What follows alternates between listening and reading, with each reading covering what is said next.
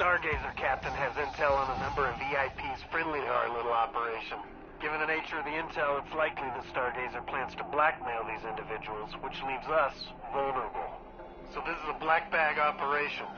Eliminate the Stargazer captain, obtain his safe credentials, and destroy the intel.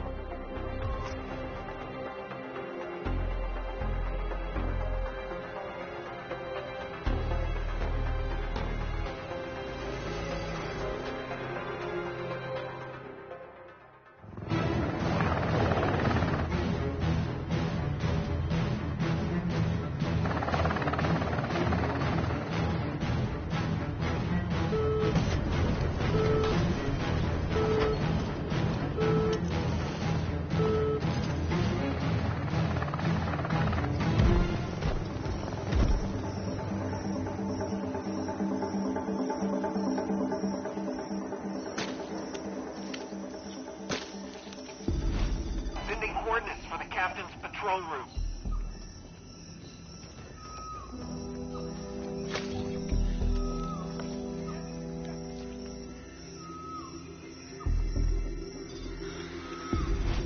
That's our boy. He should have a security token on him with a rotating password. Put him down and retrieve the token.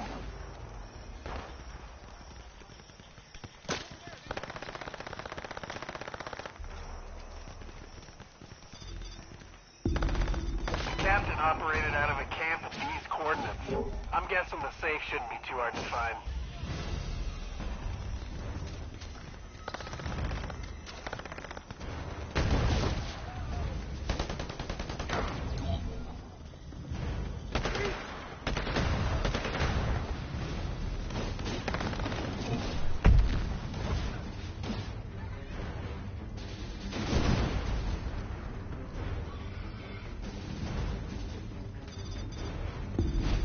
The password on the token should be synced to the clock on the safe.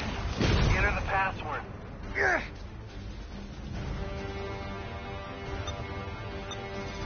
Biometric scan. Shit. Stand by, Voodoo 1. Technical says we can bypass the biometrics if we interrupt the power to the safe. Destroy the camp generators.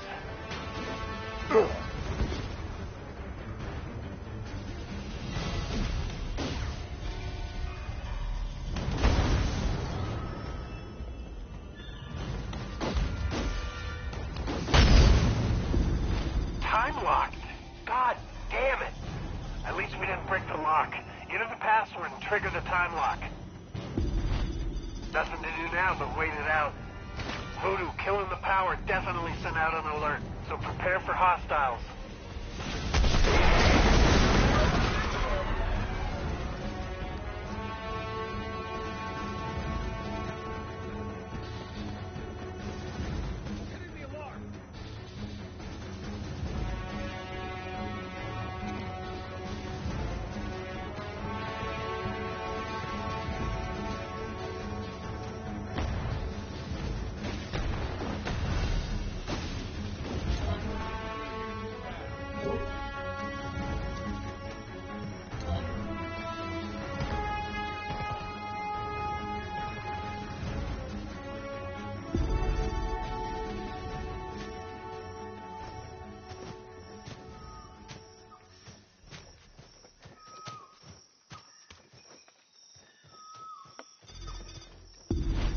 Finally!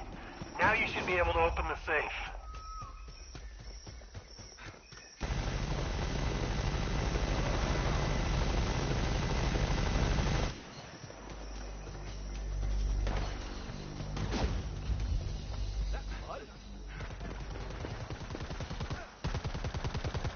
Lay down some fire, I'm headed for the alarm!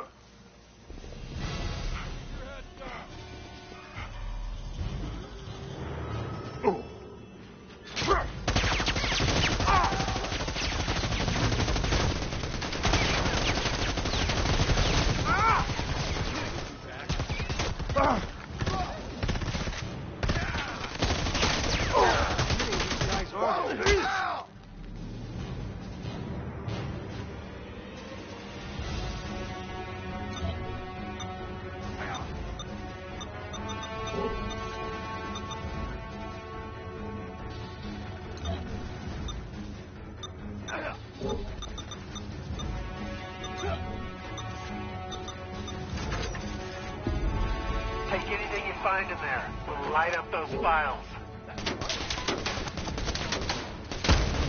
That should do it, fire team. No more loose ends. Head to the rendezvous and prep for extraction. Let's get moving.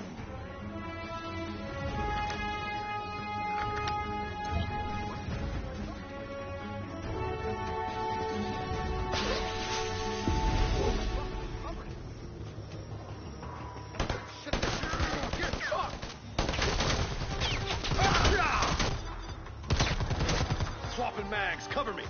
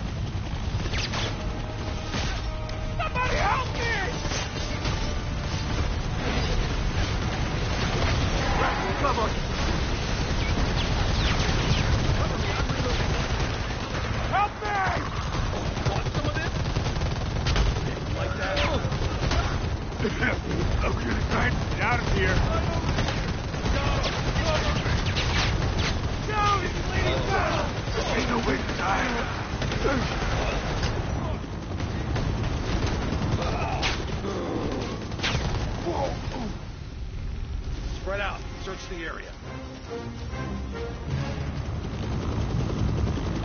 I didn't think I was gonna make it.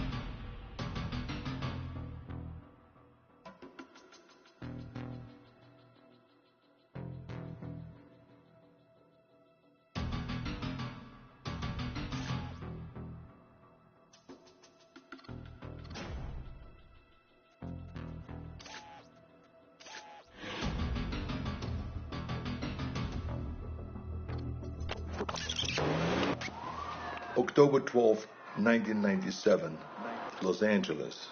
I needed to come back to the States. It wasn't impossible to sneak contraband through customs, but I wasn't willing to risk what I found in a cargo falling into the wrong hands. Instead, I traveled to Mexico aboard a cargo ship bound for the port of Altamira. From there, I made my way to Tijuana and I bunkered down. I had tangible proof of extraterrestrial life in my possession, but no idea what to do with it. I'm not a scientist. I did a soldier's duty and secured valuable intel. This was out of my pay grade. I kept an eye on the news. Los Angeles was having a record-breaking heat wave and a gang war on the streets. It was perfect. I could feel it in my bones. I'd been tracking them for so long, I could think like them. I could smell the prey. I could see the hunting ground. I had to get to LA. Crossing back into the States from Tijuana wasn't that difficult, but by the time that I'd reached the city, it was already over. Like Valverde, the OWLF only found crumbs. What I'd hoped might be an alien ship turned out to be only a launching site. I wanted it too much, and I got sloppy. I breached the OWLF's quarantine and was captured. I'd hoped to be bailed out by Agent Keyes, but he died. With Keyes gone, the OWLF was leaderless and disorganized. I was interrogated, but I negotiated my release by bartering the alien materials that I'd recovered from the Congo. During the negotiations, it was clear how little they knew. They needed someone who understood the threat, so I offered to work with the OWLF as a consulting advisor. They had the funding, the technology that I needed to continue my hunt. I wouldn't work for them, but I would work with them.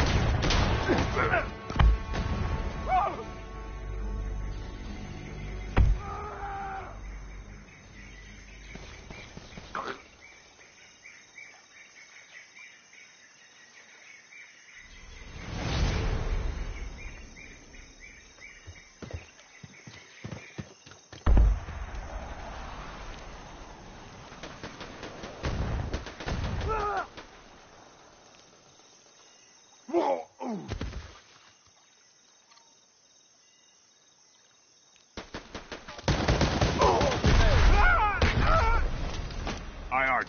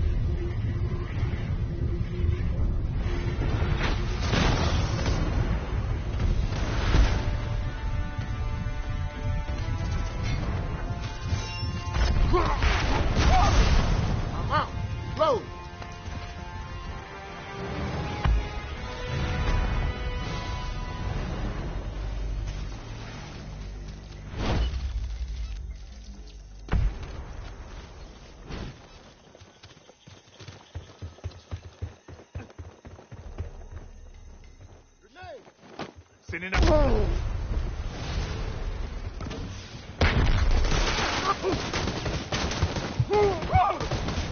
Load, cover me.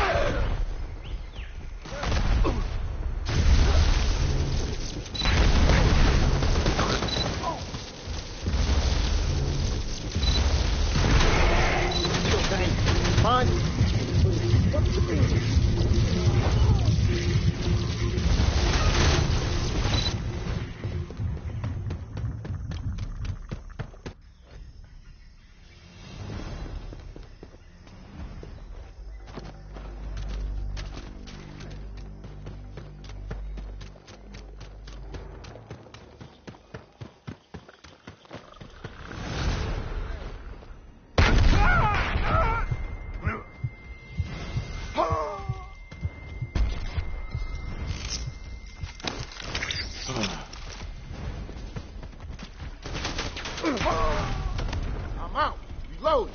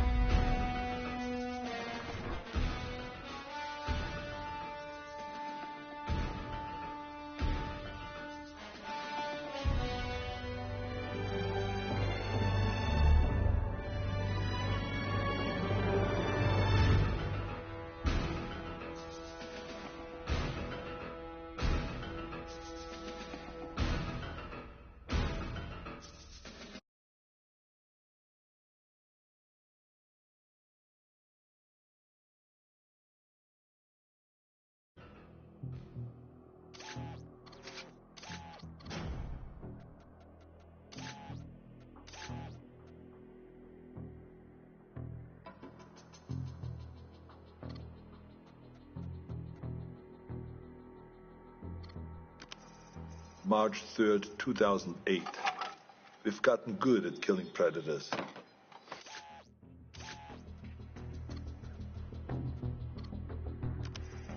March 3rd, 2008. We've gotten good at killing predators. Every time we find one, we come back with more tech, more research, and the OWLF's funding goes up. Together, we have gotten stronger and more efficient. For a time, the aliens were surprisingly predictable. They had no idea that we knew so much about them. But that began to change. They sent better hunters every time. They're beginning to see us as a threat. Or we've become a more worthy prize. Maybe both.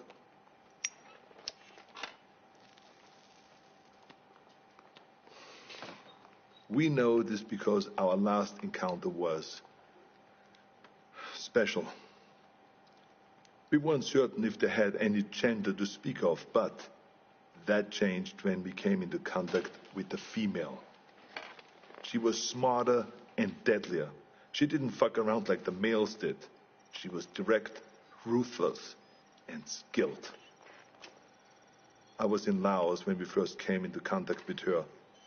It was Valverde all over again. Her ambush wiped out my entire team. Only this time, she got me. In a small village, I lost track of her, just long enough for her to pin me with a razor net. Pinned against the wall, razors cutting into my face. I've been fighting for so long, I was ready to die. I should be dead. Instead of making the kill, she cloaked and vanished into the jungle. The net relaxed, and I escaped with my life, and a scar to remember her by. She spared me. Only me. Like she knew who I was. I returned to the exfil. My first failed mission in a long time. Are we going about this wrong? I mean, we've learned so much. But in doing so, have we made ourselves a bigger target? I can't stop thinking about something Napoleon said. You must not fight too often with one enemy, or you will teach them all your art of war. I started this believing that we were learning how to hunt them, or maybe she let me live to just be hunted another day. We were teaching them how to hunt us.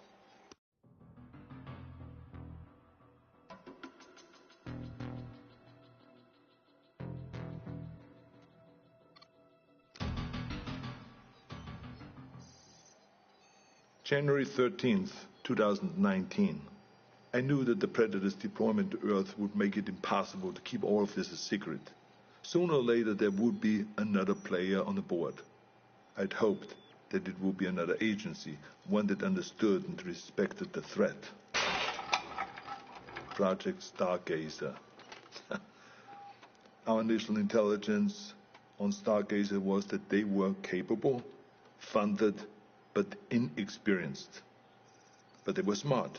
They took the OWLF's funding and got it shut down.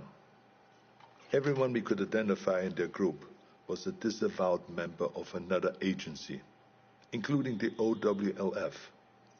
Lacking strong leadership and a clear directive, they were sloppy and arrogant. They were aware of the Predator's threat, and while they had many of the pieces, they struggled to see the bigger picture. Stargazer was so far behind that we didn't see them as a threat until the event in Mexico. The recovered Predator escape pod was an extraordinary find for Stargazer, but the death toll was a heavy price to pay for taking a Predator captive. My task force has many directives, but one of the most primary is we do not take captives. Retrieve technology, corpses, and other intelligence. But there's no value in a live Predator, only liability. The enemy does not want peace. The enemy does not negotiate. Its only drive on Earth is to hunt. What we might learn from a captive Predator would never be worth the risk to our people. Stargazer didn't learn from their mistakes, and the technology they've recovered has only made them cocky. When the government cut ties to the agency, it should have shuttered their project permanently, but they only shifted their goals. Guerrilla factions and private military companies are being contracted by Stargazer to set up bases and equipment in locations that we have identified as ideal hunting grounds. We believe that the former intelligence project is setting itself up to be a fully independent dealer of otherworldly arms. This is the worst-case scenario. Hostile forces will use those weapons on their enemies, and they will use them on us. All the while, the true enemy stalks us unseen. It's a distraction mankind can't afford. Stargazer will have to be dealt with.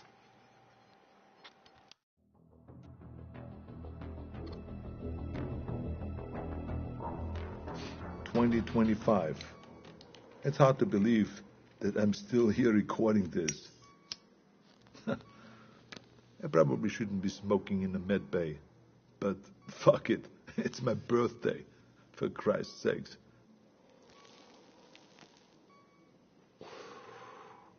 I turned 78 today, but I'm out there hunting.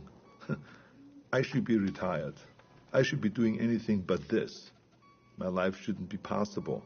But the very thing that I hunt, that hunts me, is what's keeping me alive. As we began to understand the Predator's technology, we started to use it. A fight with a Predator female went bad, and I was critically wounded. Dying, I agreed to experimentation. It worked. It worked so well that the cells in my body stopped aging. Pushing 80 now, I'm fighting like a man in his 40s. It's not the only experiment that I've been part of. I'm deadlier now than I was in Valverde. The OWLF has been fully reinstated. It's grown larger than ever before. We saved John Keyes from Stargazer. His father was Peter Keyes. I suppose you could say that he was a very dear acquaintance. His son is a gifted scientist. I worry about the future. The Earth is seeing unprecedented rise in heat and war. As the climate changes and the temperatures go up, more and more countries are becoming hunting grounds. We have killed so many of their kind, but they only send more. The number of events that we have witnessed has increased threefold in 10 years. We have made an impression on them, but not like we had hoped. We wanted to show them that we weren't prey, to deter them from ever sending another hunter to our world. We sent a warning, but they took it as a challenge. I fear we have made things worse. If the Predators ever decide that we've grown too bold, I have no doubt that they could burn the Earth and all of humanity with it. My only hope is that while they waste their time on sport, we can rise up together and stand against them as a species. Until then, we keep moving, we keep hunting, and we keep our eyes open.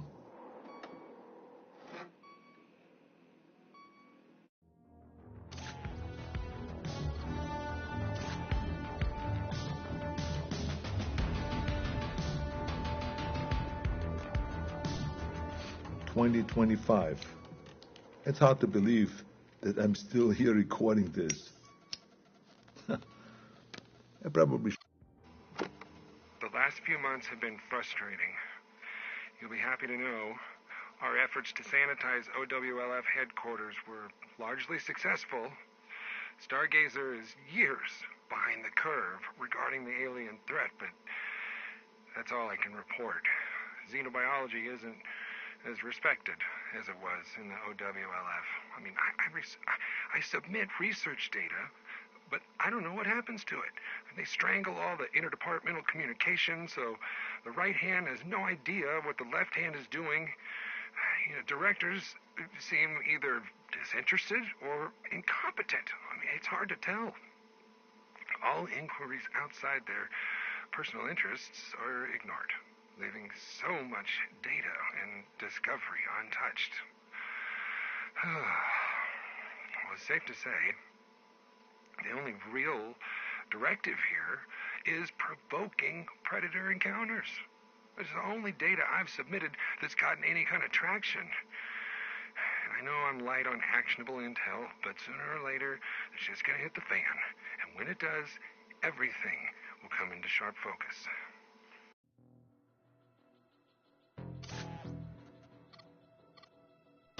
Know how long this is going to take?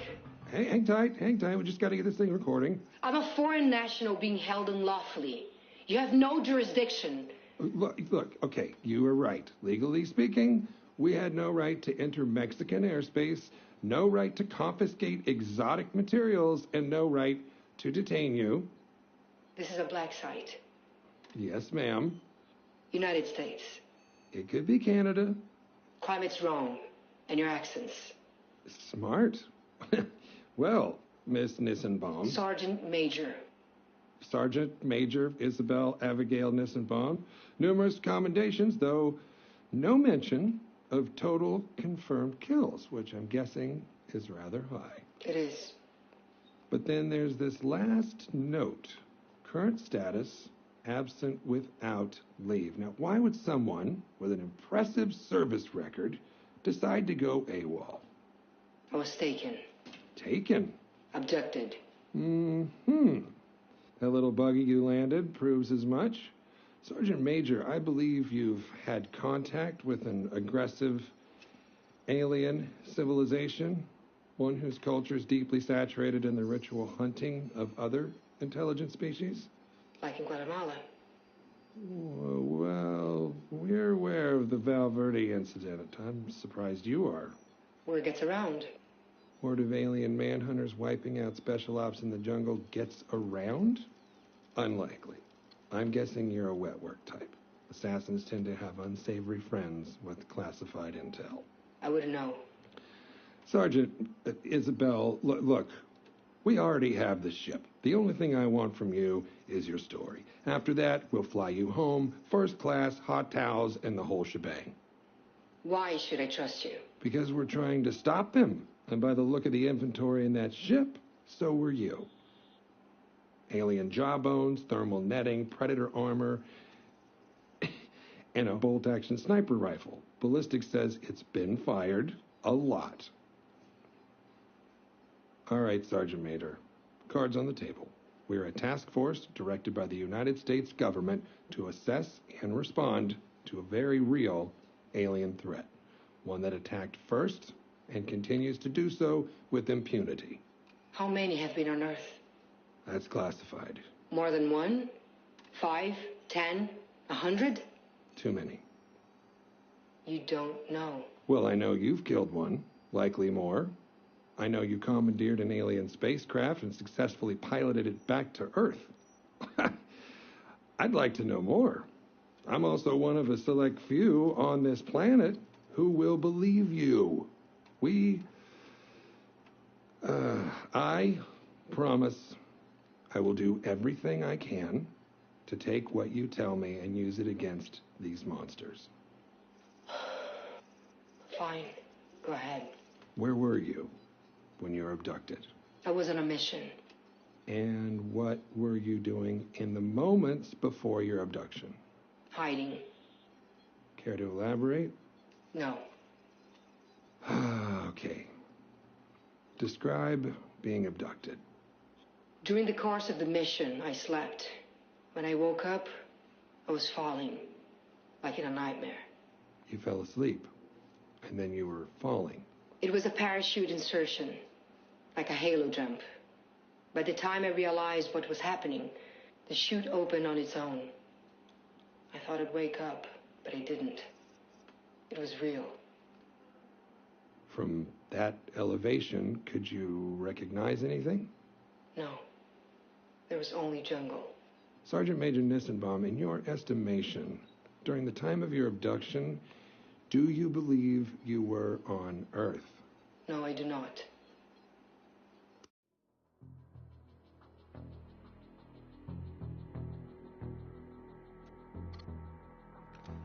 Sergeant Major, a terrestrial weapon was found inside the alien spacecraft. Bolt-action sniper rifle. Was this rifle assigned to you? It was, by my request. Was your rifle slung on your person when you fell asleep? No, but I was holding it. What did you do after landing? I did a supply check of my person and began to recon the area. I was disoriented. I worked under the assumption that I was on Earth, but somewhere I'd never been. It soon became obvious that this was not the case. And how did you arrive at that conclusion? The combination of flora was wrong. Too many species together that shouldn't have been. Others that I couldn't identify at all. Were you alone during this time? At first. There were others. Not long after landing, I spotted an American mercenary, a Mexican cartel enforcer, and a Spetsnaz Special Forces soldier debriefing each other. I believe we were deployed to the planet at the same time. Over the course of several hours, we found 2 American serial killers, a Yakuza enforcer, and a member of a Sierra Leone RUF death squad. It didn't take long to see what we had in common. Killing. Yes. Yeah. Given the situation, we agreed to work together to find a way out of the jungle. After a short time, it became clear we were being pursued. Hunted. Can you expand on that? There were traps. Hunting animals used to flush us out. No shelters or signs of civilization. We concluded that the planet was a kind of preserve. We'd been brought there as prey. The whole planet was a game preserve. As far as we could tell, yeah. Of the 8 of you, how many survived? Myself and the American mercenary. You get his name? Royce.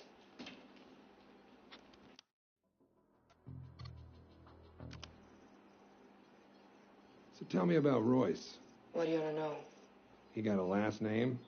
I never asked. Why do you think you and Royce were the only survivors? Killing doesn't keep you alive.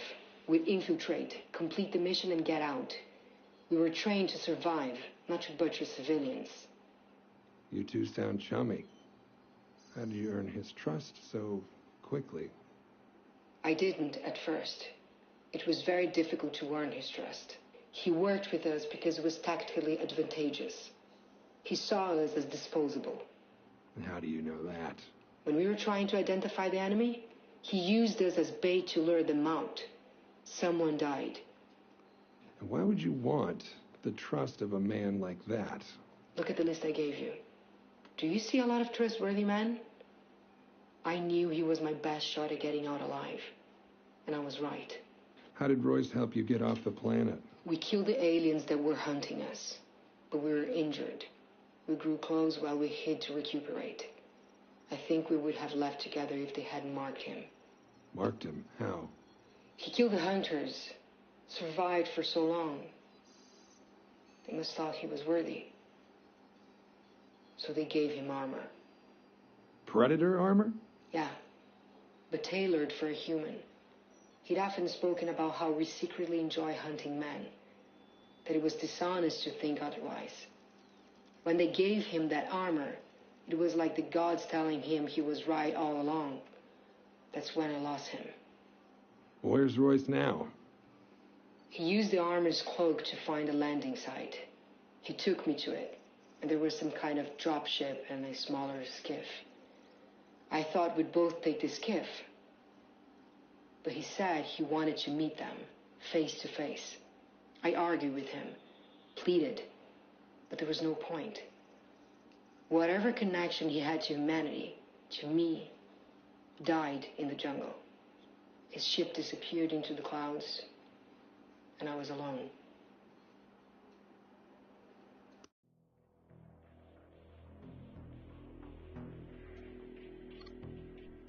I want you to know I appreciate your cooperation here today. We're going to be chewing on your testimony for months. Sure.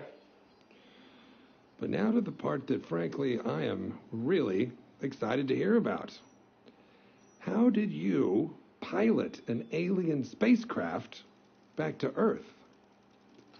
And just to be clear, there are like 9 engineers with their ears pressed against that door. So, be specific. Before he left, Royce unlocked and readied both ships using the computer on his armor. I don't know if he could have done more, or if he just didn't care to. But he responded to me as though I were one of the hunters. Everything was in their language. Well, how did you decipher their system? We're trained in naval navigation, so some things made sense out of practicality. Others I figured out through trial and error. Time was difficult to judge there, but I slept several times as I worked it out.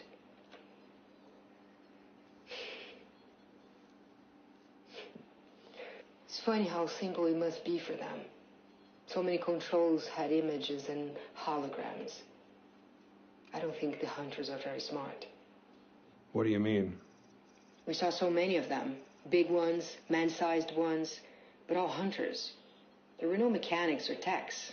No one ever performed maintenance. If something broke, they abandon it. I think it all works for them, but they don't know how it works. Would you fuck off? That's been a running theory of ours. Please, continue. I found a planetary directory and just spent hours going through it until I found Earth. I grabbed my supplies and started pushing buttons in the directory until the ship rumbled, and then I sat down and prayed. I don't know how long I was on the ship. Long enough to go through my food, but not long enough to starve to death. It was quiet. I spent my time sleeping, soundly for the first time, I don't know how long. I woke up once and there was Earth, huge and blue. The ship wanted a landing zone, but I couldn't read the locations, so I chose at random. Sounds like you got lucky. I guess. Well, that about covers it. I just want to say, you've been through a horrible ordeal, but the OWLF thanks you for your assistance. Good. If you want to be of any more help, there are interested parties who are impressed with how you handled yourself. People who could use your unique skills to continue the fight. I'm ready to go home. I'm not interested in working for America. They're not strictly American. Let's say they're an international response team. Here's my card. That number there is my personal cell number, should you change your mind. I'll think about it. Goodbye, Agent Keyes.